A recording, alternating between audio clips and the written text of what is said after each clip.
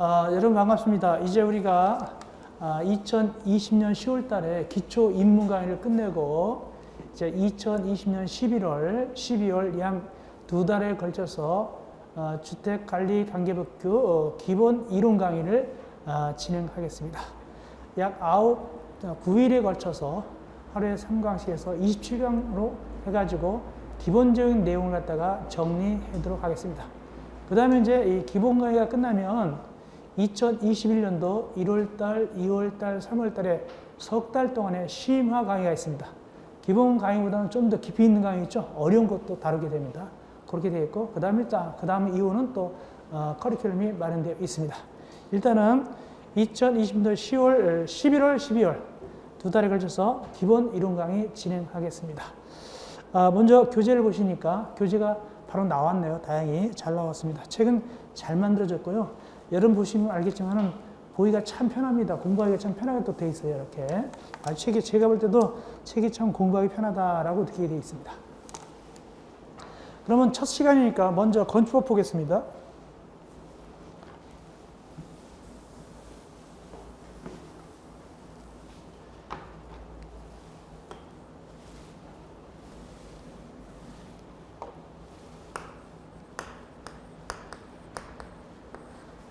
자, 몇 페이지냐? 페이지 14쪽. 페이지 14쪽. 건축법입니다. 제1장 총칙.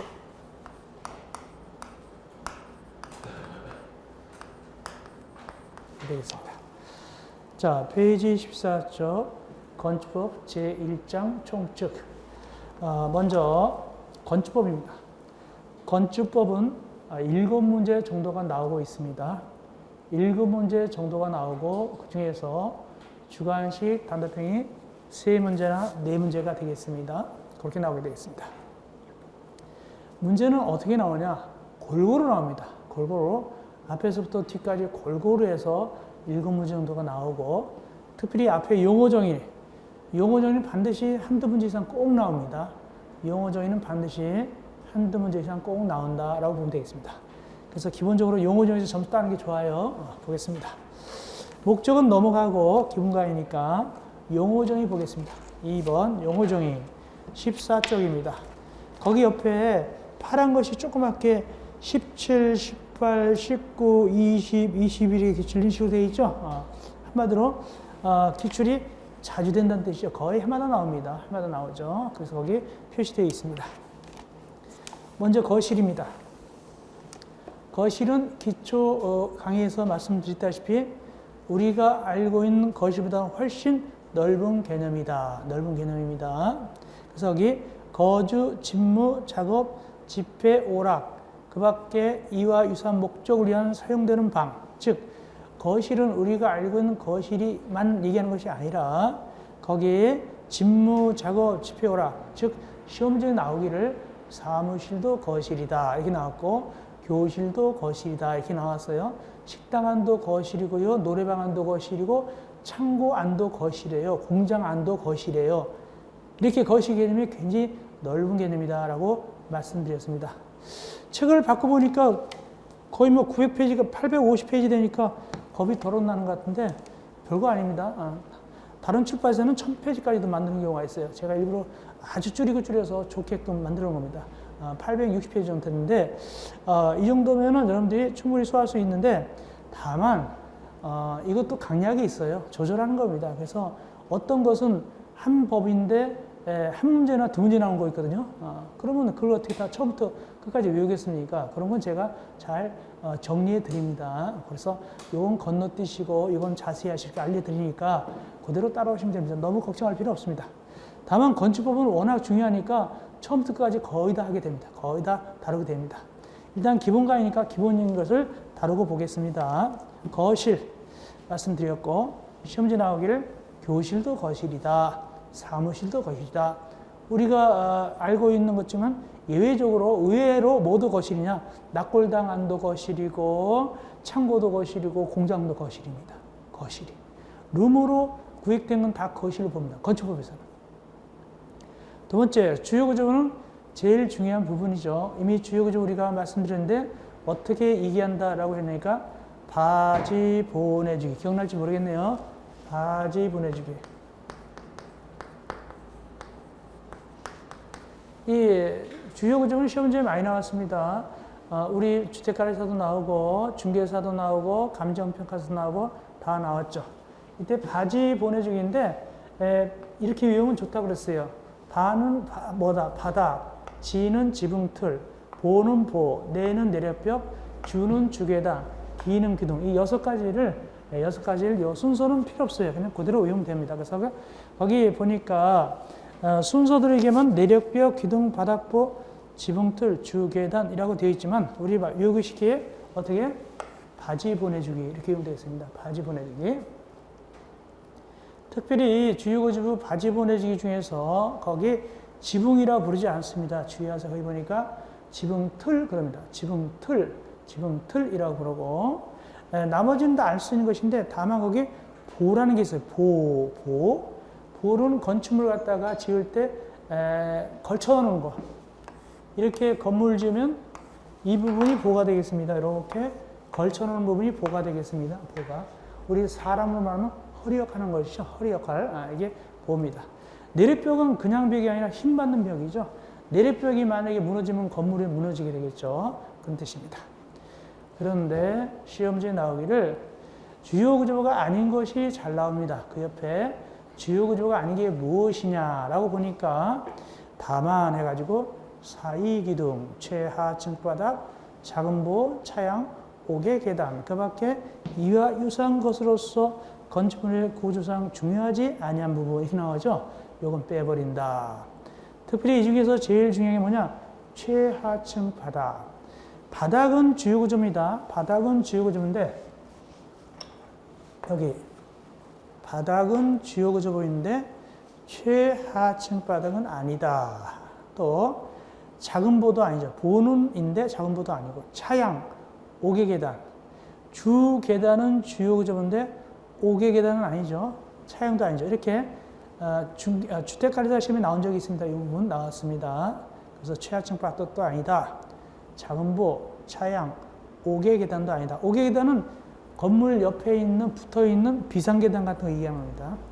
옥의 계단이 떨어져 나와도 건물은 무너지지 않습니다. 그러나 내부에 있는 주계단이 떨어져 나가는 건물이 무너질 수가 있죠. 주요 구조부 그런 대로 중요한 부분입니다. 이어서 리모델링. 사람이든 건물이든 오래되면 고쳐야 됩니다. 그것이 리모델인데 리모델하는 방법은 두 가지가 있습니다. 거기에 노후와 억제하거나 기능 향상을 위해서 대수선이 하나 있습니다. 대선 하나 있고 또 뭘 하게 되냐? 일부를 중축이나 개축한다. 그래서 대수선하거나 일부를 중축 또는 개축하는 것이 바로 뭐다? 리모델링이다. 왜? 오래됐기 때문에. 오래됐기 때문에 노화를 억제하거나 기능 향상을 위하여 이렇게 나갑니다.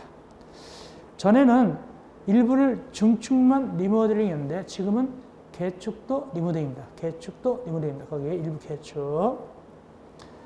그러면 대수는 무엇이고 중축은 무엇이고 개축은 무엇이냐? 그것은 우리가 꼭 배우게 되죠. 이어서 네 번째 고층 건축물 올라가서 15쪽에 15번 초고층 건축물 그 다음에 6번 준초고층 건축물 다 외우셔야 되겠습니다. 그러니까 고층 건축물은 30층 이상이거나 높이가 120m 이상이고 올라가서 초고층 건축물은 높이가 축수가 50층 이상이거나 높이가 200m 이상인데 준초고층은 뭐냐? 고층이면서도 초고층이 아니고 고층이면서도 초고층이 아니고 예를 들어서 40층짜리 같은 거 40층은 고층입니다. 그러나 초고층은 아닙니다. 이런 것을 준초고층이라고 부른다. 다 외워야 되겠죠. 근데 가만히 보니까 한 층당 몇 미터로 계산하고 있습니까? 가만히 보니까 한 층당 4m로 계산하고 있구나. 50층이니까 200m 아니겠습니까? 또 3층이니까 120m 아니겠습니까? 그래서 한 층당 4m로 계산하거나 하시면 되겠고, 그 다음에 시험 문제 나왔던 거 헷갈리는 걸 같이 보겠습니다. 칠판 봐야 되겠네요. 이거는 칠판 보셔야 됩니다. 자, 고층 건축물로 얘기합니다. 4번 고층 건축물. 층수가 30층 미만이고 높이가 120m 이상이다. 이건 고층 건축물 이겠는가 아니겠는가. 이거 시험 문제 나왔어요. 객관식으로 헷갈리게 나왔어요. 자, 이거 고층 건축물일까 아닐까. 틀려도 상관없어요. 자, OX 어떤 것이 맞을까 하는 것입니다. 고층 건축물이다 아니다. 괜찮아요? 틀려도 괜찮아요. 고층 건축? 이다 있고. 또 아니다는 분 혹시? 이다로 봅니까 다? 오케이. 이다가 맞습니다. 왜냐 하니까 거기 보면은 층수가 30층 이상이거나 높이가 120m 이상일 때, 그러니까 어느 하나만 되면 고층 건축물이거든요. 어느 하나만 되면 고층 건축물인데 앞에 층수는 안 됐죠. 미달됐죠. 그러나 또는 했으니까 뒤에 높이는 됐기 때문에 그보다 그럴 때는 고층 건축물이다 이렇게 보는 겁니다. 그렇게 시험 문제 나온 적이 있어요. 의미를 알겠죠? 어떤 뜻인지 알겠죠? 이 고층이나 초고층은 똑같이 어느 하나만 되면 되니까 층수가 안 맞으면 높이만 되면 되는 거니까 그래서 여긴 층수가 안 됐지만 높이가 되기 때문에 고층 건축물이다 이렇게 시험 문제 나온 적 있고 이어서 7번 관계 전문 기술자 그냥 읽어보시면 되고 시험 문제 이런 건 객관식이나 중간식 나옵니다. 건축물의 구조 설비 등 건축물과 관련된 전문 기술 자격을 보유하고 설계와 공사 감리에 참여해서 설계자하고 공사 감독자가 협력하는 자가 뭐냐? 관계 전문 기술자. 이렇게 적을 줄도 알아야 돼요. 주관식은. 그 다음에 8번 건축 관계자. 건축 관계자는 4명이 있는 거예요. 건축 관계자는 건축주하고 설계자하고 공사 감독자하고 공사 시공자. 이 넷을 건축 관계자라고 부르고 다 객관식 나온 적이 있어요. 객관식 나온 적이 있습니다. 건축 관계자 그러면 4명입니다. 다 하나하나 다 시험지에 나온 적이 있어요. 혹시 주관식도 나올 수 있죠. 예를 들어서 이렇게 나옵니다. 건축물의 건축, 대손, 용도 변경, 건축설비 설치 또는 공작물의 축조에 관한 공사를 발주하거나 현장 관리를 스스로 두어서 스스로 공사하는 자를 말한다. 이게 누구다? 건축주. 이렇게 아셔야 됩니다. 특별히 이렇게 나온 적이 있어요. 공사를 발주하는 자는 건축주지만 현장 관리인을 두어서 스스로 공사하는 자는 아닌데 제외된다. 틀렸죠. 현장 관리인을 두어서 스스로 공사하는 자도 자기가 공사하는 자도 역시 건축주입니다. 그런 식으로. 또 설계자, 공사감리자, 공사자 이런 식으로 다 나왔단 말이죠. 그래서 설계자하고 공사감리자 같은 건 약간 비슷해요. 구분할 줄 알아야 되겠죠. 설계자만 읽어드리겠습니다. 시간상 자기의 책임 가르고 보조자의 도움을 받는 경우를 포함해서 설계도서를 작성하고 그 설계도서에 의도하는 바에 따라 해설하며 지도하고 자문에 응하는 자를 말한다. 이게 누구냐? 설계자. 이런 식으로 알아야 되겠어요. 공사감자도 이하 동문이고 공사시공자는 뭐 쉽죠. 그렇게 하시면 되겠습니다. 이 넷을 무엇이라 부른다? 건축관계자라고 부른다. 이어서 9번 설계도서. 이건 시험 문제 어렵게 나올 때 주관식 나온 적이 있어요. 설계도서는 아주 어렵게 시험 문제 나올 때 주관식 나온 적이 있습니다. 점수로 깎으려고 나온 적이 있어요. 시험지를 낼 때 일부러 점수를 깎으려고 문제 내는 경우가 있습니다. 어떻게 나오냐면 설계도서에 넣고 주관식 건축물의 건축 등에 관한 공사용 도명 그리고 괄호를 2개 쳐놨어요. 거기 구조 계산서, 시방서를 2개 쳐놓고 거기다 집어넣으시오 이렇게 냈어요. 이건 못 맞습니다. 사실상 이렇게 나온 적도 있다. 구조 계산서, 시방서 2개를 쳐놓고 둘 다 맞춰보시오. 맞추기 힘들다. 하나만 혹시 모르겠다. 하나 넣으라면 시방서 넣을 수도 있는데 구조 계산서, 시방서 그래서 거의 90% 이상은 틀렸을 겁니다. 아마 그때 당시 주관식 문제. 근데 그때 당시에는 요 21회 시험 문제 나올 때는 주의하세요. 만약에 괄호가 2개 있잖아요. 그러면 하나는 맞고 하나는 틀렸다. 무조건 0점을 줬어요. 0점 줬습니다. 그러니까 여기서 만약에 구조 계산서는 적었는데 시방서 빠뜨렸다. 그럼 0점 줬어요. 0점 줬습니다. 원래 한 문제당 몇 점 주는데? 2.5점 주는데 0점인데 근데 작년부터 달라졌어요. 작년부터 달라졌습니다. 이제는 괄호에 적으면 적은 개수만큼 점수를 줘요. 그래서 예를 들어서 설명드리겠습니다. 예를 들어서 자, 문제가 괄호가 2개짜리다. 그럼 어떻게 되냐? 한 문제 맞고 두 문제 만다. 괄호 2개 만다. 괄호 1개, 괄호 하나, 괄호 2개가 맞았다. 어떻게 되냐? 괄호가 2개 들어있으면 하나 맞으면 일단 몇 개 주냐면 1점 줍니다. 1점. 2개 맞으면 2.5점 줍니다. 이렇게. 이런 식으로 부분 점수 줘요, 이제는. 억울할 거 아닙니까? 그죠? 2개에서 하나 틀렸다 다 특이하니까 억울하니까 2020년부터는 부분 점수를 줍니다. 부분 점수. 그러니까 어쨌든 하나라도 집어넣을 노력을 해야 돼요. 물론 다 맞으면 좋겠지만. 그래서 따야 된단 말이죠. 근데 2020년까지는 괄호가 2개까지만 나왔어요. 근데 2019년까지. 근데 2020년부터는 괄호가 3개짜리 돼 있어요. 3개짜리.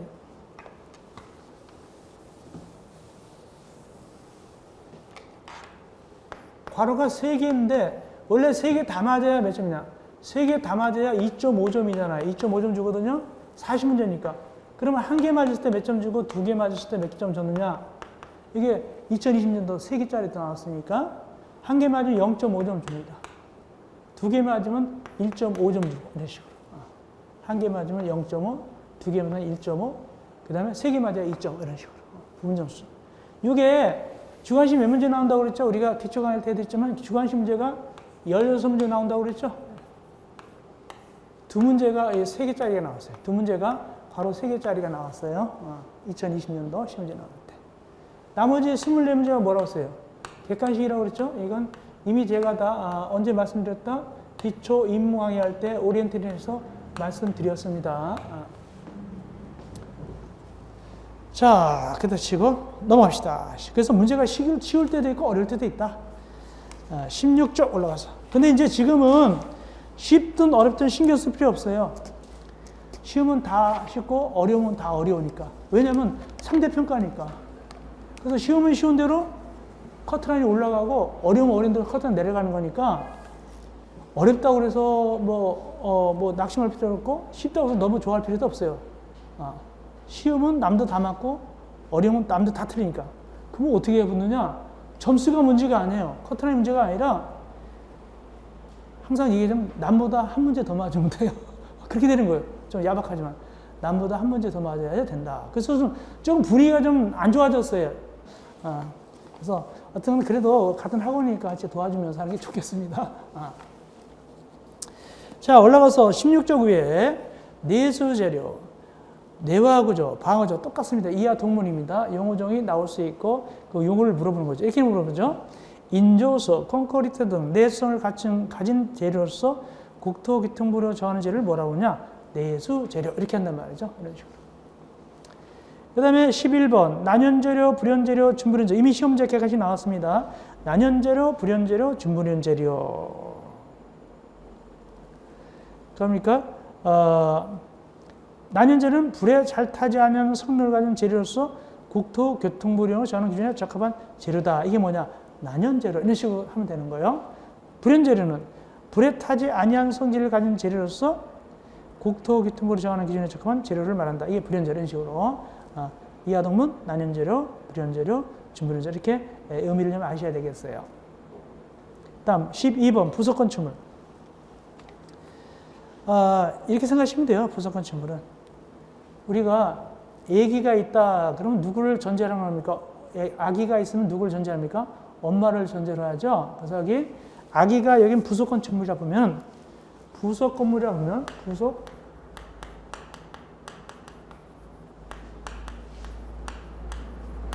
건축물이라 보면 누구를 전제로 하느냐? 여긴 엄마가 그냥 주된 건축물입니다. 주된 건축물.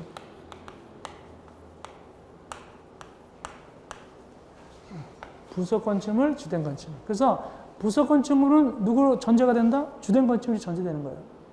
그래서 이 부속 건축물이 누구를 위해서 존재하느냐? 주된 건축물을 위해서 존재합니다.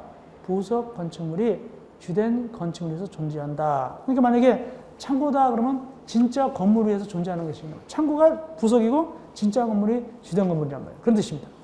그럼 어떤 관계느냐? 밑에 보니까 첫째, 같은 대지에 있어야 된다. 같은 대지. 두 번째, 주된 건축물 안에 있으면 안 돼요. 분리가 돼야 돼요. 주된 건축물하고 부속 건축물하고 분리가 돼야 돼요. 분리가 돼야 돼요. 나눠져 있어야 돼요. 그래가지고 주된 건축물과 분리된 부속 용도의 건축물로서 주된 건축물의 이용 또는 관리하는 데 필요한 건축물을 말한다. 이것이 바로 부속 건축물이다. 주된 건축물을 전제하는 것이죠. 혹시 여러분들 민법 총칙 배울 때 아직 안 배우셨을 모르겠는데 주물종물 들어보셨어요? 주물종물 들어봤습니까? 주물종물 민법 이번 배울 때 꼭 같은 건 아니지만 종물은 부속 건축물에 가깝고 주물은 주된 건축물에 가깝습니다. 꼭 같은 건 아니지만 논리적으로 볼 때 그렇습니다. 그렇게 생각하면 됩니다. 그래서 민법에서 얘기하기를 주물이나 종물이나 다 뭐죠? 물건으로 보죠. 독립된 물건 아니겠습니까? 다만 종물은 주물의 처분에 따르죠. 여기 부속 건축물을 누구로 해서 존재한다? 주된 건축물에서 존재하는 거예요. 같은 대지 안에서 그렇게 이해하시면 됩니다.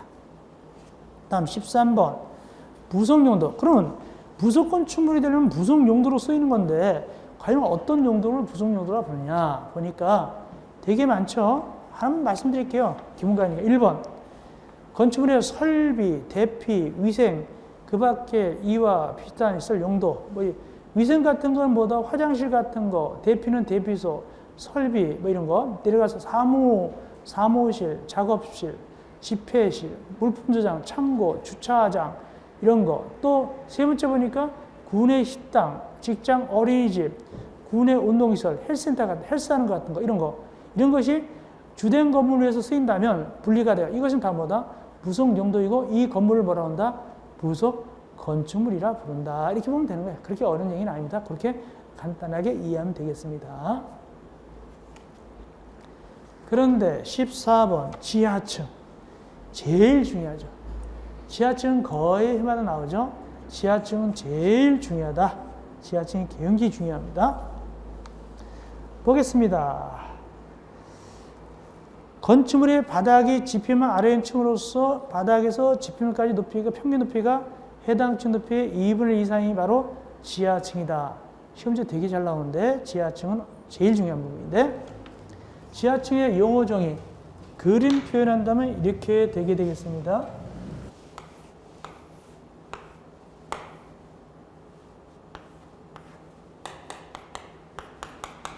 어떤 것을 지하층이라 부르느냐. 일단은 이 유한상 볼 때 이것은 지상층입니다. 이건 분명히 지상층이고 그런 이것이 지하층이냐 지상층이냐 이걸 어떻게 계산하느냐 하니까 거기 이렇게 표현합니다. 바닥이 지표면 아래에 있는 층이다. 이 바닥이 지표면 아래에 있다. 이 바닥이 지표면 아래에 있죠. 그래 놓고 그 다음에 지표면까지 바닥에서 지표면까지 바닥에서 지표면까지 평균 높이가 당해층 높이에 이 전체 층 높이에 2분의 1 이상일 때 그럴 때 지하층이라고 부릅니다. 그러면 결국에 뭔 소리냐? 반 이상이 잠겨 있을 때 지하로 그 층에 반 이상이 지하로 잠겨 있으면 지하층입니다. 그런 뜻입니다. 2분의 1 이상이 평균 높이가. 그 다음에 동그라미 2번 지하층의 지표면 이건 나중에 하고 동그라미 1번만 보면 되는데 1번 동그라미 1번과 관련해서 부연 설명할 게 많습니다. 동그라미 2번은 심화 강의서 하면 됩니다. 동그라미 2번은 1번만 알면 되는데 2분의 1 이거 중요합니다. 그리고 이제 아실 게 뭐냐면 보충해서 꼭 알아셔야 돼요. 이건 이제 꼭 아셔야 됩니다. 우리가 기초 인문학에서 했지만 꼭 아셔야 돼요. 첫째, 층수. 지하층은 층수에 들어간다, 안 들어간다? 안 들어가죠. 이 시험도 나왔죠. 잘 나옵니다, 이거. 쉬워도 잘 나옵니다. 아주 잘 나옵니다. 지하층은 층수에 안 들어간다. 두 번째, 연면적. 지하층은 연면적에 포함될 것인가, 안 될 것인가? 요거. 지하층은 연면적에 포함되느냐, 안 되느냐? 그럼 연면적이 뭔데? 연면적은 바닥 면적의 합이다. 요거하고 요거 합친 것이 연면적이에요. 근데 이때 연면적 낼 때 요것도 합칠 것인가? 지하층 받으면서도 연면적에 들어가는가? 그것이 문제란 말이죠. 자, 만약에 이것이 100제곱미터고 이때 지하층 바닥면적도 연면적에 들어간다면 연면적이 200으로 되겠죠. 100, 200이 되겠죠. 안 들어가면 이건 빼니까 얼마다? 100으로 하면 되겠죠. 자, 들어간다 안 들어간다. 기억나십니까? 기초 인문학에서 해드렸죠. 들어간다 안 들어간다? 들어간다. 그러므로 200입니다. 200제곱미터. 네, 근데 주의하시라고 했어요. 요것만 하면 안 된다고 그랬죠? 뭐까지 아셔야 되느냐? 용적률 계산.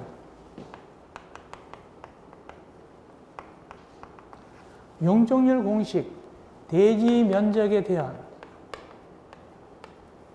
연면적의 비율이다. 그래가지고 이제 보통은 퍼센트니까 곱하기 100 해가지고 퍼센트로 나올 것이다. 그런 얘기죠. 이럴 때 이 용적률은 계산할 때 이 연면적에는 요거 지하층 들어가느냐 안 되느냐 요거 하시라고 그랬죠. 자, 이 연면적에 요 지하층 들어간다 안 들어간다? 뺀다. 지하층은 뺍니다. 지하층은 안 들어갑니다. 그렇다면 이 연면적은 얼마로 계산되느냐? 100제곱미터로 계산되겠죠? 그런 뜻입니다. 여기까지 이해하셨습니까? 이렇게 된 겁니다. 이것이 굉장히 중요한 내용입니다. 중요한 내용입니다. 왜냐하면 여러분들이 만약에 땅을 갖고 있어요. 땅을 갖고 있는데 용적률이 만약에 200%다 그러면은 용적률 계산할 때는 어떤 거로만 계산한다? 이 지상가로만 계산하는 거예요. 지상가로만. 이걸로 해서 200% 찾아 먹을 수 있고 이 지하는 또 찾아 먹을 수 있어요. 이건 안 들어가니까. 퍼센트에 안 들어가니까. 지하는 안 들어간다고 해요. 퍼센트에 안 들어가. 지하는 공짜란 말이죠. 왜? 지하는 빼버리니까. 면적 빼버리니까. 그래서 지하층 갖다가 유용하게 쓸 수도 있어요. 유용하게. 그래서 지하층 갖다 뭐 주차장 같은 데라든가 노래방 같은 거, 뭐 룸사롱 같은 걸로 지하층에, 식당도 지하층 있는 경우 있죠. 뭐 여의도 같은 데나 이런 강남 같은 데 보면 말이죠. 지하에 식당 같은 것도 많이 있어요. 이건 건물 질 때 공짜로 이거 찾아 먹은 거예요. 공짜로 찾아 먹었어요. 용적률이 안 걸려요. 여기서 이미 다 찾아 먹고 이건 따로 하는 겁니다. 그렇습니다. 그 다음에 이제 네 번째 하나 뭐냐면 설치 여부가 설치 여부입니다. 여러분이 만약에 여기 대지에다가 건물 지을 때 지하층을 꼭 설치해야만 하느냐 안 해도 되느냐 하는 것입니다. 설치 여부. 종전에는 예를 들어서 50이나 이럴 때는 상고 50 이럴 때는 국가 안보 차원에서 건물을 큰 빌딩 지을 때는 반드시 지하층을 설치하라고 의무적으로 돼 있었어요. 그래서 우리가 옛날에 할 때 예비군 훈련이나 민방위 할 때 직장 다니신 분들은 보통 어디로 피난하냐면 지하층으로 내려갔어요. 지하층으로 내려갔습니다. 예비군복 입고 민방위복 입고. 그러나 지금은 지하층 설치는 워낙 지하층도 많고 그렇기 때문에 이건 재량입니다.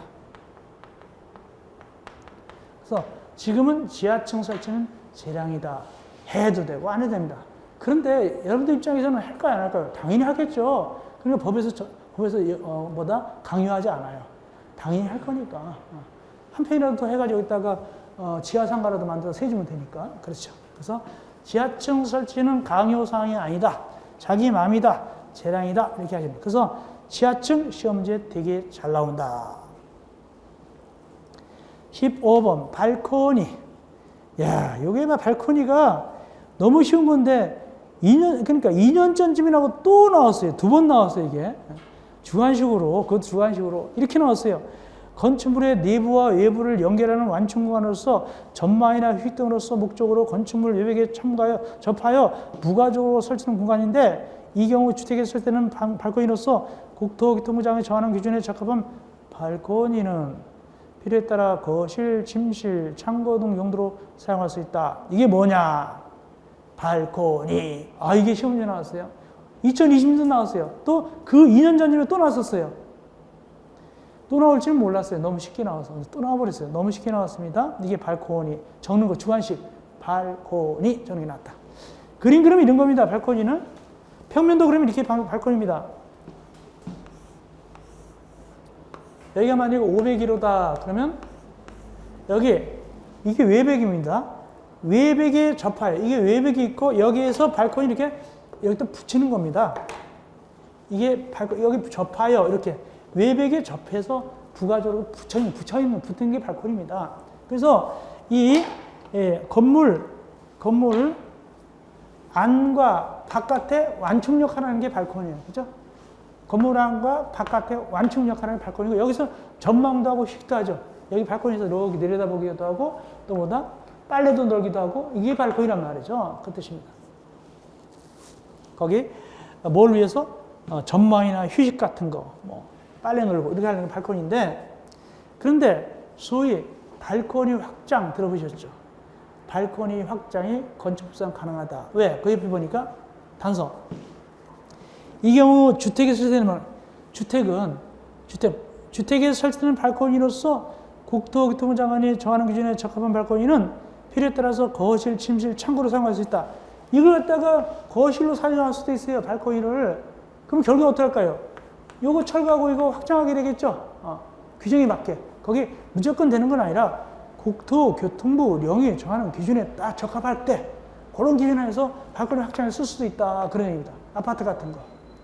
그래서 그 아파트 같은 거 그 계약할 때, 공급계획할 때, 분양계획할 때 옵션제를 하잖아요. 발코니 확장을 할 겁니까? 안 합니까? 하는 경우 있죠. 그것도 하는 경우도 있고 안 하는 경우도 있죠. 발코니 확장할 때. 근데 발코니 확장하면 넓어서 좋긴 좋은데 바로 뭐다? 낭떠러지잖아요. 그죠? 발코니가 없으니까 바로 낭떠러져요. 거실 다음에 낭떠러지요. 이렇게 보면. 그래서 좀 저는 별로 찬성하는 편은 아닌데 너무 좀 무서워가지고 바로 낭떠러지니까. 어쨌든 그렇습니다. 이 발코니 연달아 2번 나왔다. 되게 쉬운 게 나왔네요. 발코니 용어정의. 한옥은 그냥 보시면 되겠습니다. 한옥. 이어서 18쪽 갑시다. 건축물의 유지관리. 한마디로 이제 계속적으로 보수 보강하면서 유지 관리하는 겁니다. 그래서 언제까지? 멸실될 때까지 관리합니다. 멸실될 때까지 관리한다. 지속적으로 유지하기 위해서. 이게 뭐다? 건축물의 유지 관리다. 특별건축구역. 특별건축구역 옛날에 주관식 나온 적이 있어요. 오래전에 한 10년, 한 7, 8년 되는가? 나온 적이 특별건축구역. 이렇게 나왔어요. 조화롭고 창의적인 건축물의 건축 등을 통해서 도시 경관의 창출, 건설 기술 수준 향상 및 건축 관련 제도 개선을 도모하기 위해서 이 법 또는 관계 부분에 따라서 일부 규정을 제거하지 않거나 완화하거나 통합해서 적용하는 것이 뭐다? 이런 구역을 특별건축구역. 이게 뭐냐? 정답 특별건축구역 이렇게 나왔어요. 주관식으로 적는 거. 한마디로 성냥갑 건물 짓는 것이 아니라 성냥갑 건물 짓는 게 아니고 좀 더 멋지거나 융통성 있게 건물 짓는 거예요. 그래서 건물이 약간 휘어져 보이기도 하고 구멍이 송송 나기도 보기도 하고 막 이렇게 비틀어져 있는 건물도 있고 이상한 건물 같은 또는 멋진 건물을 짓단 말이죠. 그런 것을 지을 수 있는 지역이 바로 특별건축구역이다가 된단 말이죠. 그러려면 법이 너무 빡빡하면 안 돼요. 법이 융통성이 있어야 돼요. 멋을 불려야 되니까. 그래서 여기 보니까 이렇게 표현합니다. 일부 관계 법령에 따라 일부 규정을 적용하지 아니하거나 완화 또는 통합하여 적용할 수 있는 특별히 정하는 거. 이렇게 법을 갖다가 일부 규정 적용하지 않을 수도 있고 완화할 수도 있고 통합해서 적용하는 이게 바로 특별건축구역이다. 다음 19번 다지용 건축물. 다지용 이용 그러면 벌써 많은 사람의 이런 생각나죠. 많은 사람이 시험 문제 나온 적인데 많은 사람이 쓰는 것인데 크게 두 가지가 있어요. 동그라미 1번과 동그라미 2번이 있어요. 다지용 이용 건축물은 동그라미 1번, 동그라미 2번인데 동그라미 1번은 바닥면적 합계가 5,000제곱미터 이상 바닥면적 합계가 5,000제곱미터 이상 이럴 때는 용도를 따져야 돼요. 바닥면적 합계가 5,000제곱미터 이상일 때는 용도가 뭐냐 이럴 때 다중 이용 건축물이에요. 어떤 용도냐? 거기 기업, 문화 및 폐시설, 니은, 종교시설, 디귿, 판매시설 이런 식으로 해가지고 이런 것들이 바로 뭐다?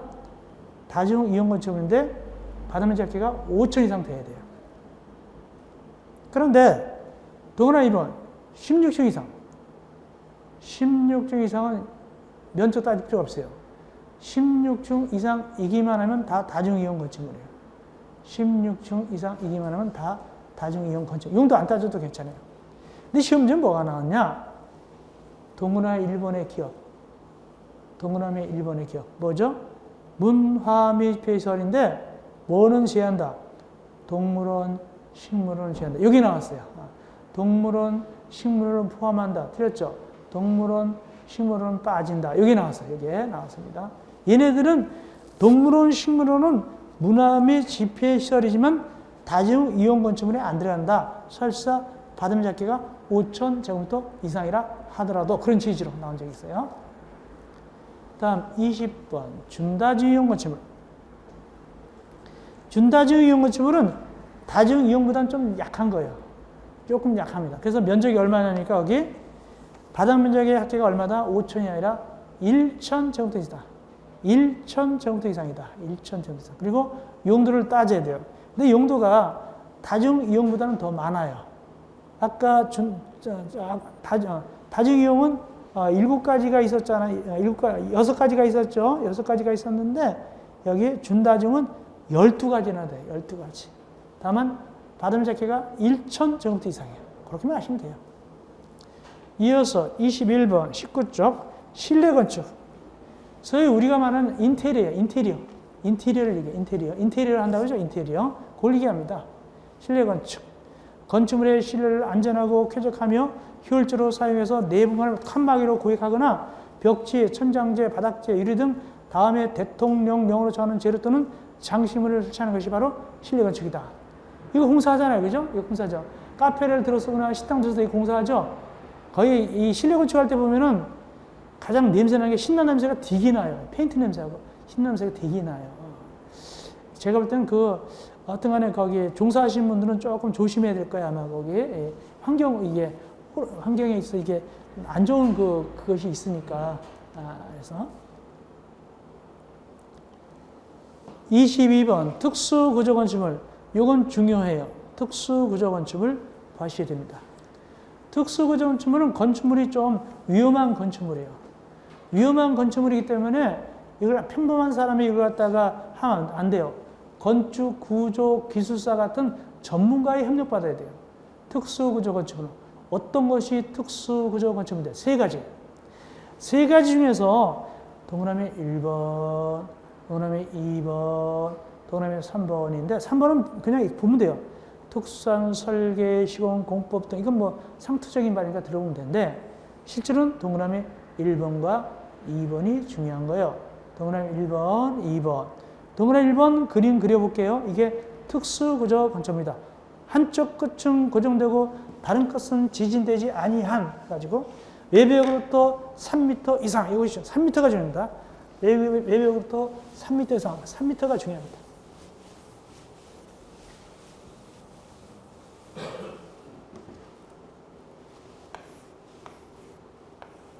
자, 이게 건축물의 외벽입니다. 이게 외벽이고 외벽의 중심선으로부터 3m 이상 튀어나왔어요. 3m 이상. 여기 3m 이상입니다. 이렇게. 외벽의 중심선으로부터 3m 이상 튀어나왔고, 이게 땅입니다.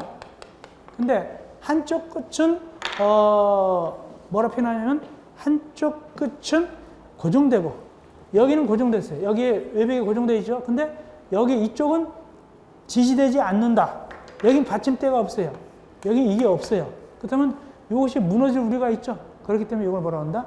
특수구조 건축물이라고 한다. 이때 이런 건물은 보통 어떻게 하냐면 이렇게 쇠줄 같은 걸 이렇게 하는 경우가 있어요. 이렇게 하는 경우가 있습니다. 이렇게 이런 건물을 즉 3m 이상 돌출되어 있다. 어디로부터? 외벽의 중심선으로부터. 무엇이? 거기 뭐가 보호나 차양이 걸쳐놓은 보호나 차양이 돌출되어 있을 때 이걸 특수구조 건축물이고 이건 아무나 하면 안 되고 건축, 구조, 기술사의 협력을 받아야 된다. 전문가 협력 받습니다. 두 번째, 기둥 사이가 20m 이상입니다. 기둥 사이가 20m 이상.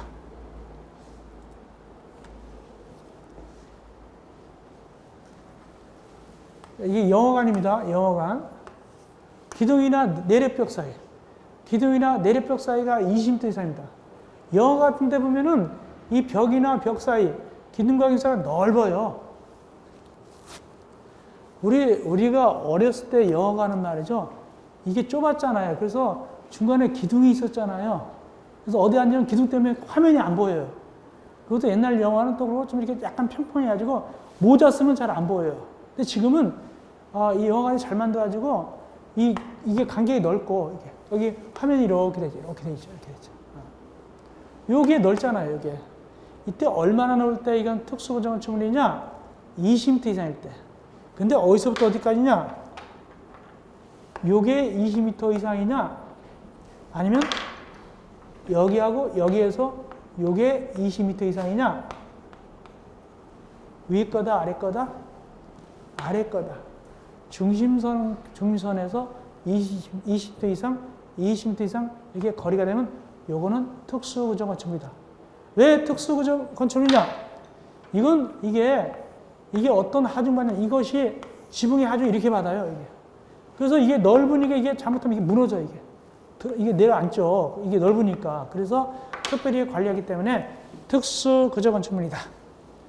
기둥 사이가 몇 미터 이상일 때 20m 이상 혹은 내리벽 사이가 이것도 어떤 거? 중심선.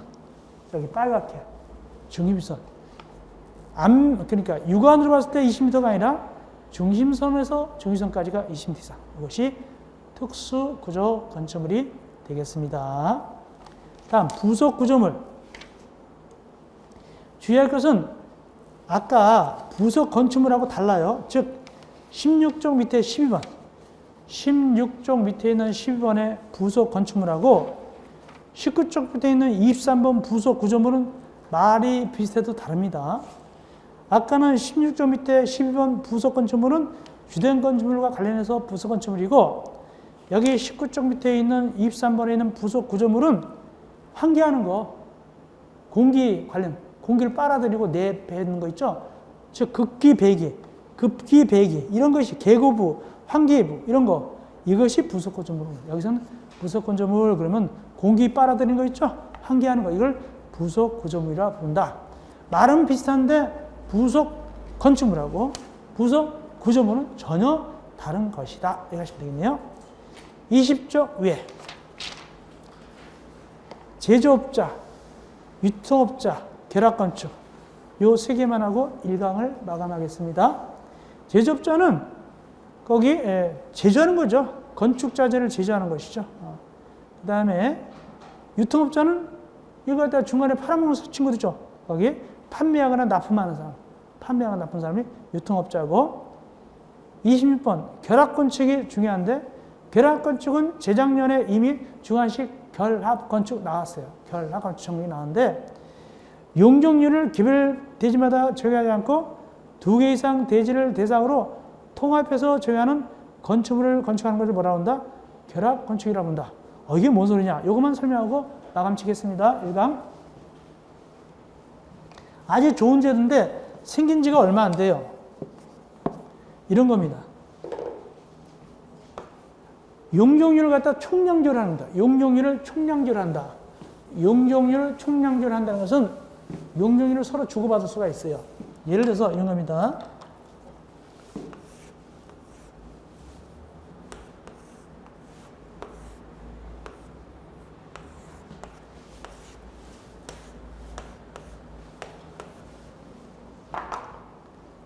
여기 이제 대지가 하나 있고, 그 다음에 나머지 대지들도 쭉 있다.